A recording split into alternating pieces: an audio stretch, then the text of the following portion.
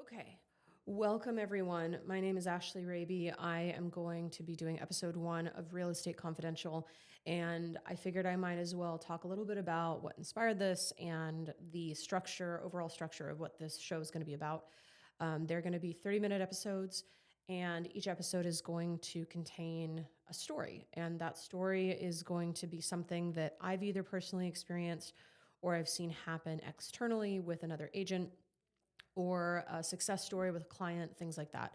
The purpose of this is to create transparency in this industry. I feel one of the common patterns I've come across is civilians or people who are not in the real estate industry in some capacity really do not understand what we do.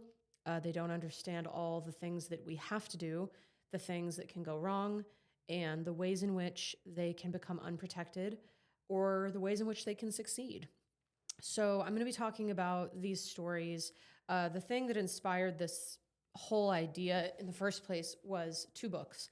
The first book, which I highly recommend whether you like the food industry or you've been in the food industry, is Anthony Bourdain's Kitchen Confidential. That was just such a good book. The way it was written, the transparency and the conversation. I mean, I really think he started a movement with that book. It helped me a lot when I was young, and I highly recommend it. The next book is Ray Bradbury's Fahrenheit 451. If you guys fell asleep in history class or if you fell asleep in English literature class in high school, essentially the book follows a firefighter, and firefighters in this dystopian American future are charged with burning books. And it's a commentary that is relevant throughout the decades about communication, how we process information, how we socialize with each other. And I think that especially now with how we do business, how we connect with people in the digital world, there's so much information out there and not all of it's true. In fact, probably I'd say it's fair to say the majority of it is not true or it's hyperbolic. So I aim to create content here that creates transparency and helps answer some questions. And if you guys have any of those questions, please leave a comment. If I don't know the answer to it, I'm sure I can find somebody who does. I will be talking about that as well. So with all of that structure in place, I figured the best thing to do with episode 1 was to talk about who I am, why I'm here talking into a microphone, and what business I have talking into a microphone. I've always been a creative person. I was in theater and drama in a young age, and then I didn't want to go to college because I didn't see a value in the collegiate system and went to college anyway. And then found drama, communications, business, and really fell in love with the entrepreneurial journey and the creative spirit. I know that sounds all really romantic, so let's get more technical. I moved around a lot. I lived in a different state for a while. I lived in the Bay Area for a while. I experienced many different socioeconomic levels in my life. And through a huge, weird journey of careers that did not match anything, I found real estate. I got into real estate. In hindsight, these aren't the reasons I'm in it now. I got into real estate thinking that I'd make a lot of money. I got into real estate thinking it was going to be this massive freedom space. That's not what it is. Anybody who's an entrepreneur knows you are your own boss and you are your own business. The amount of time you put into it is the amount of effort and energy and usually profit that you get out of it. I work more hours now than I ever have. There's a lot more mental work that goes into what I do, and I absolutely wouldn't change it. I love what I do. I love helping people. My passion right now is first-time homeownership. I think the most patriotic thing you can do as an American right now is own the land that we sit on and the land we work on and the land that we have to pay taxes on, whether we like it or not. So my small act of patriotism is to get young people or anybody really who's in a first-time home buying position into a home, because it's going to change your legacy and it's going to change your retirement and it's going to change how wealth surrounds you in your life going forward.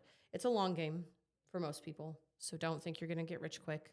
I I thought I'd have a lot more freedom and a lot more time. I have more autonomy with my time, but my time is on demand. So if it's Sunday night and there's something I can actually do about it, I've got a client or I've got a lender or somebody I'm speaking with, and that conversation will change the course of a transaction, I'm taking that phone call. Real estate waits for no one, and it comes at weird times of the day. Barring the banking hours, which usually are the kind of panic button moments in real estate, I answer my phone, and I do that willingly and happily. I have real estate agents in my family. My uncle is a real estate investor. He's a self-made man. He got into it in a really interesting time in history. The early 80s was rough. I need to ask him about the early 80s and what that was like, at least as far as the interest rates go. There was kind of this weird blip in time, but I digress. I met Brandis Banta.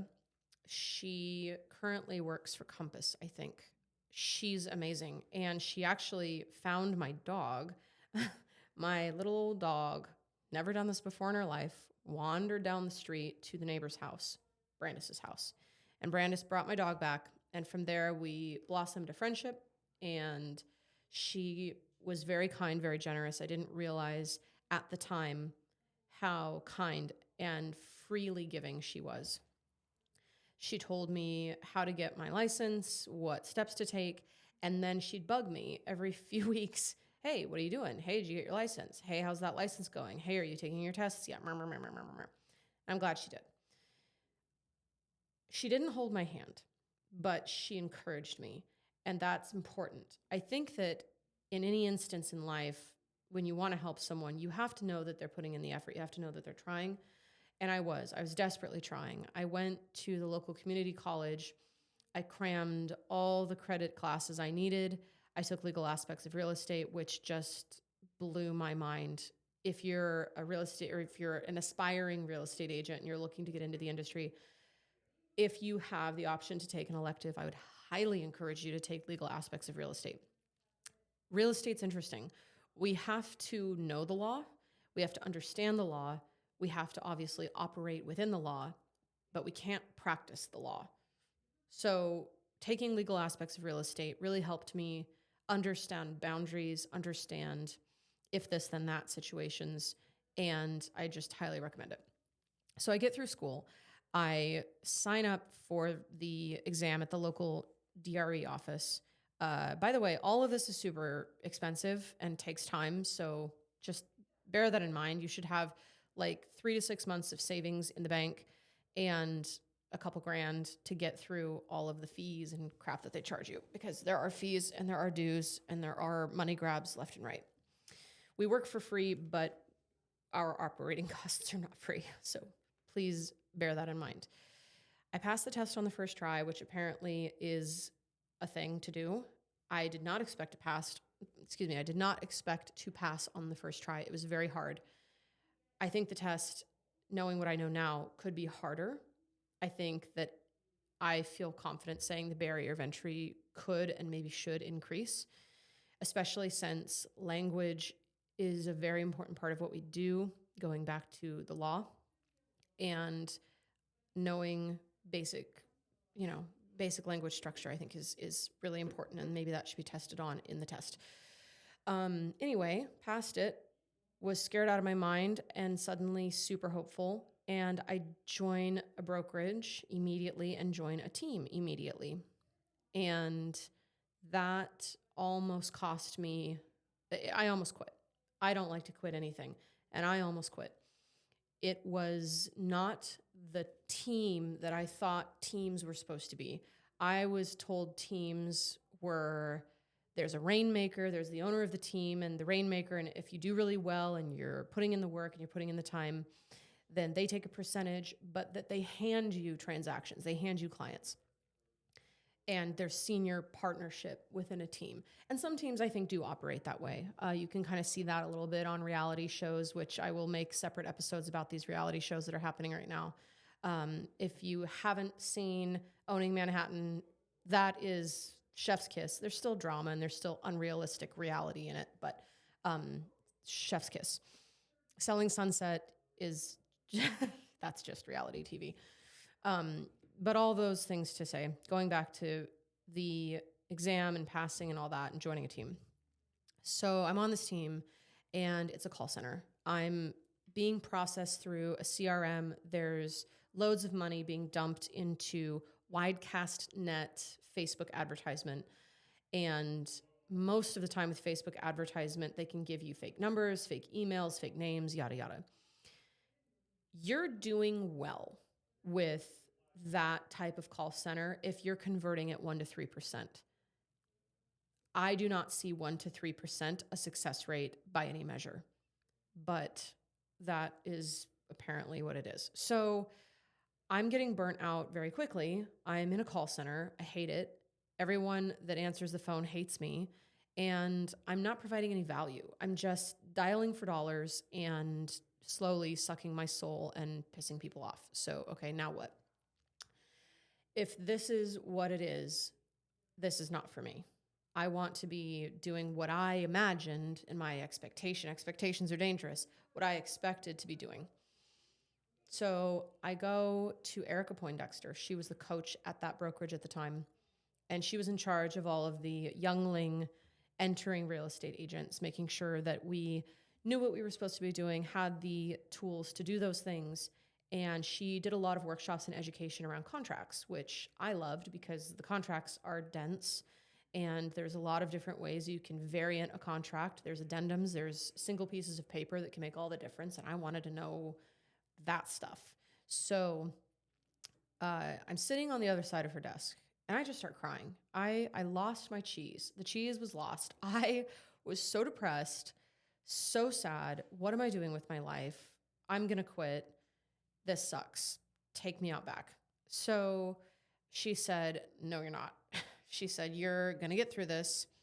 What have you been doing? And we went through it. And she was kind of like a counselor / coach / therapist / all these things. And I left that team, entered her coaching program, and put the time in. I had the time. Now, mind you, I'm not working a job. I'm living off my savings. I'm going to the brokerage. I'm talking to people in the hallways. I'm trying my best to just infiltrate this very gatekeepy world. And within the gatekeepy world, there are a few people like Brandis Banta, like Erica Poindexter, like what will be, I'll come to this point in the story, but Shannon Mabberley. There are people that I've met that do open their doors. They do genuinely want to see other agents succeed. It's a very competitive space. And yeah, that's all I can say about that. It's very competitive. So she tells me to leave. Well, she doesn't tell me to leave the team. I left the team on my own. I joined her coaching program, and that was going really well. I remember spending a lot of time at the brokerage office, which was just stupid expensive. We had brick and mortar. We had to pay for print. It was just stupid expensive. The model was just in antiquity, broken and not working, but we'll come to that later. I meet Shannon Mabberley in the tech department because I'm really tech forward. I really like the digital space. I think that we reach clients now here, like what we're doing right now. And she was just a breath of fresh air. She was my people. We jived right away. And I didn't know it at the time. I'm pretty sure she was trying to recruit me, but I didn't mind it because she was cool and she didn't seem, nor did the team seem anything like the team I was on before. But I was reluctant. So I flirted with them for, I think, like 2 months. We went out to lunch and coffee, and we kind of just sniffed each other's butts for like 2 months. And it was different. So I was like, well, the coaching program's working, but I still feel really alone. I feel very like estranged in the world. So let's see about this team. They can't all be bad, right? Join that team. It was extremely expensive. It was an education. And the way that I chalk it up now is I paid for tuition. One of the senior partners on the team, he's such a sweet man. I love him dearly. He would always drink these like sewage smelling super green drinks. He told me once, he's like, Ash, you are drinking from the fire hose of knowledge. Because in that year that I was on that team, so much exposure happened. I was converting 100% of open houses. I was doing really, really well. This was before the whole NAR settlement crap that went down, which we'll talk about that in a whole nother episode. I just had all these really weird things, like all these strange transactions that were happening, which prompted this whole thing. Let's talk about the weirdness, because I'd go to these guys, these senior partners of this team, with these questions, and they're like, God, I've never seen that before. I don't know. We're going to have to call compliance because that's just hairball left field. So I learned a lot of weird things that maybe will never happen again, but I know them. And the split was 70-30. I'm rounding up, but I lost a lot of money that year. And I can't say that. I can't use that language. I can't say that I lost a lot of money that year. I paid into an education. It was, like I said, 70 that direction, 30 my direction. And eventually it came to a point where I could not afford to do it anymore. Yes, I was working. Yes, I had deals, but they were not being handed to me. But I had the opportunity to get them because of the open houses and the networking and all that jazz. So through tears of sadness and I guess hopefulness, I kind of like jump out of the nest, leave the team, and I think, okay, I talked to a lot of people that I knew and they said, you're good. Like you can be on your own now. I leave, I go off on my own, and I didn't just leave the team. I left the brokerage that I was at because the brokerage that I was at was also just not serving anymore. They were very big on brick and mortar. They had this gorgeous, stupid expensive corporate office in the heart of the city, and the fees were just, it was ridiculous. It was operating cost fees for somebody else. And I'm not doing that. Like, no, I will spend the operating costs on my business.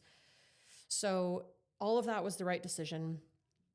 Went to Real. Real is the brokerage I'm at now. Real is a recruitment agency, but it's not like EXP recruitment. And it's very education forward too, but everything is in the digital space. There's tons of Zooms and workshops and tech support and tech help. And what your costs go to is to build and continue in the spirit of very tech forward, digital space forward. So that aligned with me. And I know it's the right place for me because when that chunk comes out of a commission check, I'm not sour. I don't feel this like pit in my stomach where I think, God, that sucks. It's not worth it. I'm not getting anything. Knowing I don't have that feeling is why I know I'm in the right spot right now in my life. So I'm at Real and I've left my second team. Fountain of knowledge, yay for that. I start doing transactions on my own. And then Erica, my original coach, now we're years ahead, my original coach says, hey, do you want to like come hang out with me? I'm building this thing, which is the thing I'm sitting in right now. Not just this podcast studio, by the way. There's like a co-working flex space. There's a coffee bar, this whole thing in Loomis, California. We're in this super nice town, and here we are. That reinforces what I'm trying to tell you if you're a new agent or an agent or someone who's looking to become an agent. Don't skip your education. Your business is not going to be built from, the clothes and the hair and the cars and the posturing. That's not where your business is going to be built. Unless you have a parent who's been tenured in the business handing you business, or you're on a team that favors you and is handing you business. The best way I've found that people build business in this industry by themselves is not clients. It's not relationships with people. It's relationships with other agents. My business, every time I have aligned with a different agent, my business has just skyrocketed. And case in point, I'm in a podcast studio that Erica let me outfit, and she was my original coach. Brandis Banta, we have phone calls. Like if I can't figure something out, I call her if Erica's not available. Like, you have to have relationships with other agents. We cannot do this by ourselves. Be very careful with who you align yourself with and make sure that it aligns with your ethic and that you can look at yourself in the mirror at the end of the day. That's all I'm going to say. So I'm so grateful for being here. I'm grateful that I'm able to have this space and share these stories. That is the basic episode 1. And my goal now, having reflected on like where I came from, is I want people in ownership, especially first-time home buyers. I work with a lot of first-time home buyers. Owning land in this country is probably the most patriotic thing you can do right now. If you own the land that we all work on, live on, pay taxes on, that's your act of patriotism. You need to own land and leverage the equity built with this resource called land. We're not making any more of it unless Elon figures out the whole Mars project, which, like, we'll see. Go Elon. Please send us to Mars, Daddy Elon. Yeah, own land. It will set you up for retirement. It will help you build wealth. You will create legacy if that's something you care about. If there's anything that you guys have questions about as this progresses, drop a comment. If you like this content, also please subscribe. Send me information that you have, that you want more information. If I don't have the answer, I am sure I know somebody who does. This is meant to be educational, fun, comedic at times, but I do want to provide information that's cited. So when I do my episode about the NAR settlement, it's not going to be my opinion. I am going to present the information as it is presented to us from the top down and not create any kind of opinion. Because at the end of the day, the client is the one who decides. The consumer, civilian, who is hiring agency, real estate, realtor, broker, that's the person whose opinion matters, not mine. So take the information, trust the information, cite the information yourself. I will provide citation. Thanks for watching, you guys. Again, Ashley Raby, California real estate agent. Tune in for the next episode. We are going to also be having guests on occasion, past clients of mine, other real estate agents, lenders, people in the business that I respect. I'll leave you with this. You shouldn't care about anybody's opinion if they don't have the life that you want.